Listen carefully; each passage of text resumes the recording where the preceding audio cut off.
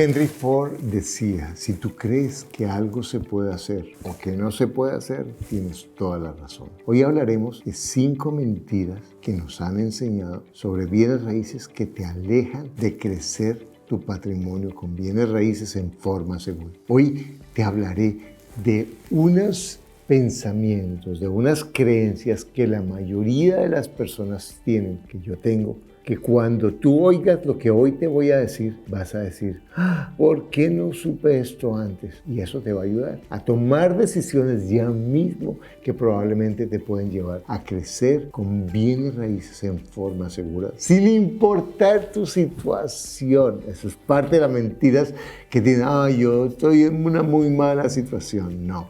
Hoy vamos a hablar de eso. Mi nombre es Carlos Davis y nuestro canal trabaja y comparte herramientas de cómo crecer con bienes raíces en forma segura, aún sin usar el crédito de los bancos.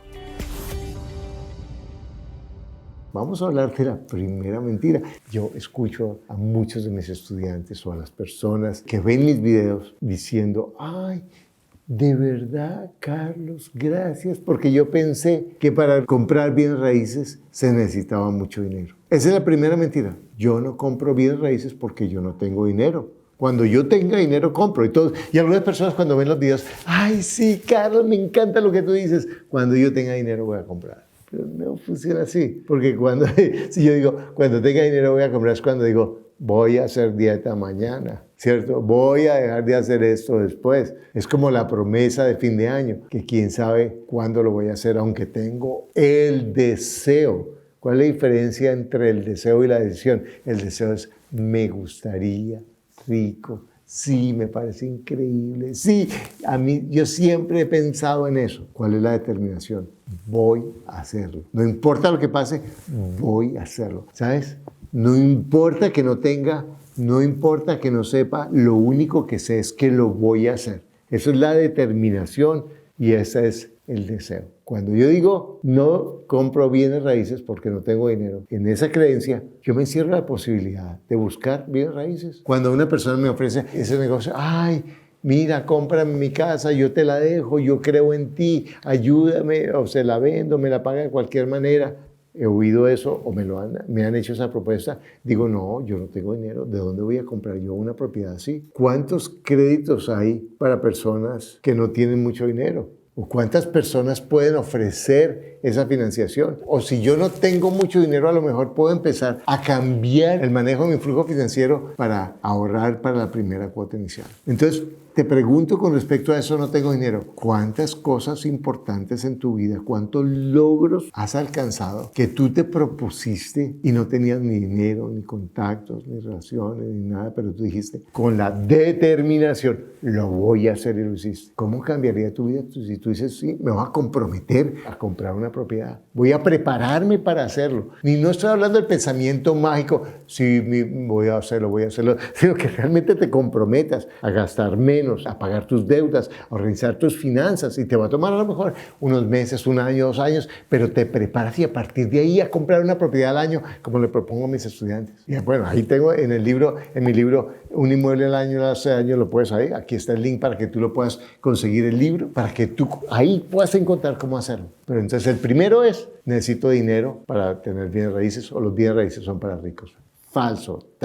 Segundo, necesito crédito. Yo tengo mal crédito, los bancos no me prestan, tengo muy pocos ingresos. Hay muchas formas, muchas alternativas, muchas estrategias de financiar una propiedad distinta a un banco. Y antes de descartar el banco, ¿qué pasa con la mayoría de las personas? Fueron hace 3 años a un banco, le preguntaron a una señorita mal informada del banco, ¿yo califico para un préstamo? No califica, señor, usted no califica. Bueno, es que en el banco me dijeron que yo no califico. Ve a muchos bancos y pregúntales, listo, no califico, pero así como en el punto anterior tú hablabas, yo quiero lograr eso, ve y pregunta, ¿qué necesito para calificar? Necesita esto, y tú, esto lo puedo lograr así, esto lo puedo lograr así. Y como dice Juberly Londoño, mi querido profesor del taller de bienes raíces, es ponte bonito para el banco, prepárate y prepara tu crédito y pregunta en varios bancos y busca varias alternativas. Los bancos, las cooperativas, los bancos pequeños de pueblos o más pequeños, busca alternativas. Y si a lo mejor no te funciona, mira cómo te preparas para hacerlo. Y si eso tampoco no te funciona, puedes buscar financiamiento del dueño. Pero es que en mi país no funciona eso. Pues si no he preguntado cómo. Carlos, ¿cómo me vas a decir que aquí en Colombia o en Argentina o en Perú eso no funciona porque la gente es muy desconfiada? Pregunta, ¿a cuántas personas le has preguntado que si te financian? A ninguna. Bueno, entonces, ¿cómo sabes? No, es que si yo pregunté a 4 personas. No, si tú buscas 100 propiedades en un año, 100 propiedades son menos de 2 a la semana. 2 llamadas. Hola, ¿cómo está? ¿Consideraría la financiación del dueño? Y eso en otros videos yo explico eso. No, no, no, no, no, sí. Y el dueño financia. O cambio mi automóvil por una cuota inicial o por una propiedad. O cambio mi trabajo por una propiedad. Hay 1000 alternativas. En ese momento no te las voy a decir todas, pero tú puedes conseguir crédito o plazos de distintas maneras que no sean los bancos. Entonces, no tengo crédito es un pensamiento increíblemente limitante. Otra creencia por la que muchas personas no invierten en bienes raíces. ¿Para qué voy a comprar propiedades para limpiar inodoros? Para tener inquilinos que sean una porquería y que no le paguen a uno y le destruyan la propiedad. Yo tengo cientos de estudiantes, bueno, tenemos miles de estudiantes realmente. Y uno de los argumentos de las personas que piensan que los inquilinos les van a destruir las propiedades es, yo tenía un inquilino y esto. Entonces le pregunto, ¿buscaste bien el inquilino? ¿Lo estudiaste antes? ¿Manejaste bien la relación con el inquilino? En el gran porcentaje, más del 90% de las personas que tienen problemas con los inquilinos es porque escogieron mal los inquilinos. Yo les digo a mis estudiantes, el negocio en bienes raíces está cuando se compra, no cuando se vende. Si un negocio lo hice bien, cuando lo compré ya es un buen negocio. Si yo estoy esperando que se valorice y todo eso, en realidad estoy especulando. Con un inquilino, el 99% de las veces yo sé si la persona ha sido correcta anteriormente, si la persona ha cuidado las propiedades anteriores, si la persona tiene ingresos, si la persona tiene crédito en los bancos, muy probablemente va a ser un buen inquilino. Si es una persona que han echado del trabajo muchas veces, que no paga las deudas, que la tiene embargada, que se ha separado 5 veces, que tiene en su carro la mitad de la ropa, probablemente no va a ser un buen inquilino. Y yo te pregunto, ¿quién trabaja más? Piensa en los señores de edad que tienen una propiedad y que reciben su renta mes tras mes tras mes. Y la persona que está trabajando duro para pagar la renta. ¿Quién sufre más por pagar la propiedad, por pagar la renta? Si yo tengo un buen inquilino, yo cada mes, el primero en vez de ser el peor día del mes, puede ser el mejor porque a mí me empiezan a llegar todas las rentas. Me llegan las rentas. Y lo que quieren las personas, todas las personas así sean desordenadas, primero es la comida para su familia y quiere un techo. Nadie quiere, la mayoría de las personas evitan de cualquier manera que los echen de sus propiedades. Que hay gente mala, que hay gente, sí, de acuerdo, pero hay formas de manejar tu negocio de arrendamiento bien para conseguir seleccionar buenos inquilinos. Hay herramientas, hay recursos para seleccionar muy bien un inquilino. Y si tú lo haces muy bien, vas a tener muy pocos problemas en manejar los inquilinos. Además, existen las agencias para manejarlo. De nuevo, pero las agencias también son nada. Elige una buena agencia. Todo eso toma un trabajo, estoy de acuerdo. Pero ese pensamiento de que los inquilinos son un problema y que por eso no voy a crecer financieramente es un tiro en una pierna. Realmente, si tú aprendes, lo puedes hacer en forma adecuada. Empieza por arrendar una habitación y tener ingresos por arrendar una habitación. Y escoges bien tu inquilino, tu roommate, y esa persona te va a enseñar que tú puedes manejar un inquilino. Hay una muchacha que lo conozco, se llama Ángela, salvadoreña, y esta muchacha, brillante a los 17 años, llegó a Salvador siendo campesina y a vivir en una residencia para estudiantes. Y ella empezó a ver cómo el 30, todos los estudiantes tenían que ir a pagarle a la señora que era dueña de la casa de la renta. Dijo, ¿por qué no me compro una? Imagínate, 17 años. Empezó a conversar con su novio y entre los dos se consiguieron una cuota inicial y convencieron a una señora de una casa vieja, vecina, que les vendiera. Y empezaron con 6 habitaciones. Hoy la muchacha vive en Nueva York y tiene más de 100 habitaciones en Salvador. Y está manejando propiedades en Nueva York.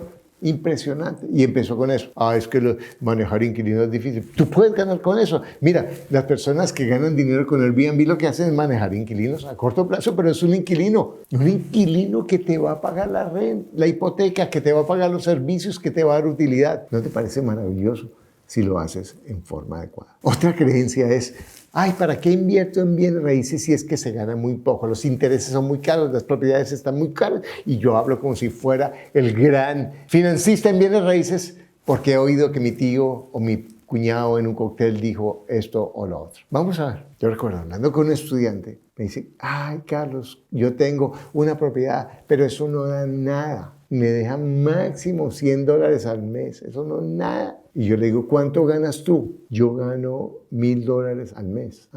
Ya. Y esa propiedad te deja $100, son $1,200 al año. Me estás diciendo que esa plata no es plata para ti. Pero además, la valorización de la propiedad, que cada vez vale más. Si tú coges ese cash y lo manejas, puede ser la base para comprar otra propiedad. Ahora, vamos a decir, algunos: no, es que apenas se paga la cuota. Yo lo que sugiero es que compres propiedades, que la renta pague la hipoteca y los gastos. Pero es que no me deja nada porque los intereses son muy caros. Vamos a asumir esa hipótesis, que es muy conservadora, porque yo he hablado con mis estudiantes de Perú, de Chile, de Colombia, de México, de Estados Unidos. Pues Estados Unidos los intereses son más bajos, pero en estos países que los intereses son más altos, y en Centroamérica, y buscan rentabilidad de 10% y la encuentran, pero vamos a asumir que no encontraron, encontraron que apenas la renta paga la hipoteca.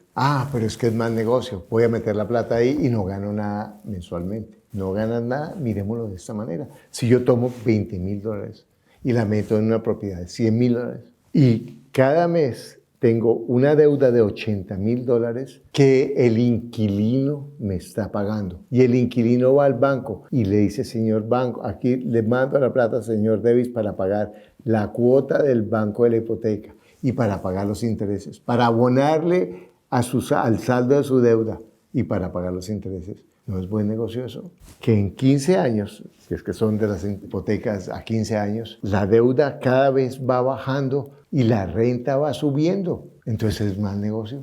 Sí, puede ser que al comienzo yo diga: no, es que no me queda flujo. Pero si cojo $20,000 que en 15 años los convierto en $150,000 fácilmente, porque voy a pagar los $80,000 que debo, pero además la propiedad se va a valorizar en esos 15 años y además la renta va a subir durante esos 15 años, es más negocio. Que en 15 años yo diga: meto $20,000 aquí, y en 15 años esa renta que le pagaba al banco empieza a ser una pensión de jubilación. ¿Es eso seguro? ¿Sería eso una posibilidad de jubilación? Y si yo repito eso cada año, porque hablamos de un inmueble cada año, imagínate, en 15 años puedes tener 10 o 15 propiedades. Y lo que yo veo en mis estudiantes, uno tras otro, o en las personas que aplican estos conceptos, que son sencillos, porque es: gasta menos de lo que ganas, lo que ahorras, guárdalo únicamente para hacer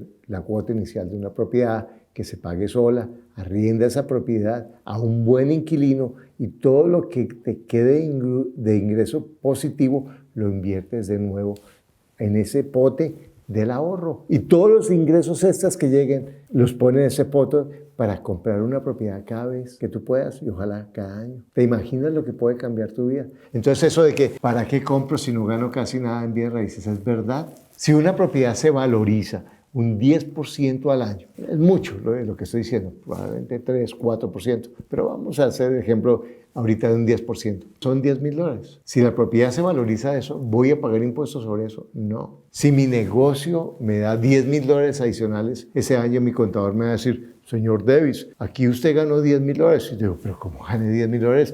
Si me lo gasté en equipos, si me lo gasté está en facturas, están en clientes por cobrar, está en inventarios. Me dice: no, señor, pero usted tiene que pagar ese impuesto porque se le aumentaron sus activos 30%. Me dice: es que si mi propiedad sube de precio y la deuda baja cada año porque el inquilino me está pagando. Y antes fiscalmente estoy descontando los intereses o una parte de los intereses que pago al banco. Y si eso es una propiedad de inversión, quizás todos los intereses es más negocio. Imagínate lo que puedo hacer así esa deuda apenas se pague. Y mejor si tiene ingreso positivo, va a ser todavía más atractivo el negocio. Y la última mentira que muchas personas se creen es que es muy difícil de manejar un bien raíz. Manejar todo lo que no sabemos es difícil. Manejar un automóvil si no sé es dificilísimo. Manejar un celular si yo no sé es dificilísimo. Y todo se aprende. Entonces si tú te comprometes a aprender cómo se hace, que no tiene ningún misterio, es totalmente predecible, que es manejar tus propiedades como un negocio.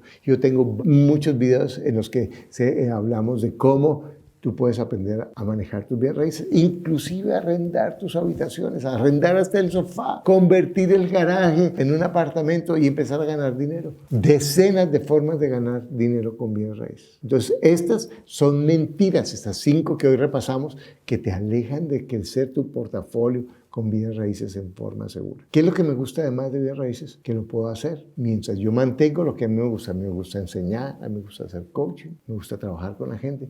Y mientras tanto estoy invirtiendo en mis raíces. ¿Por qué duré quebrado la mayoría de mi vida?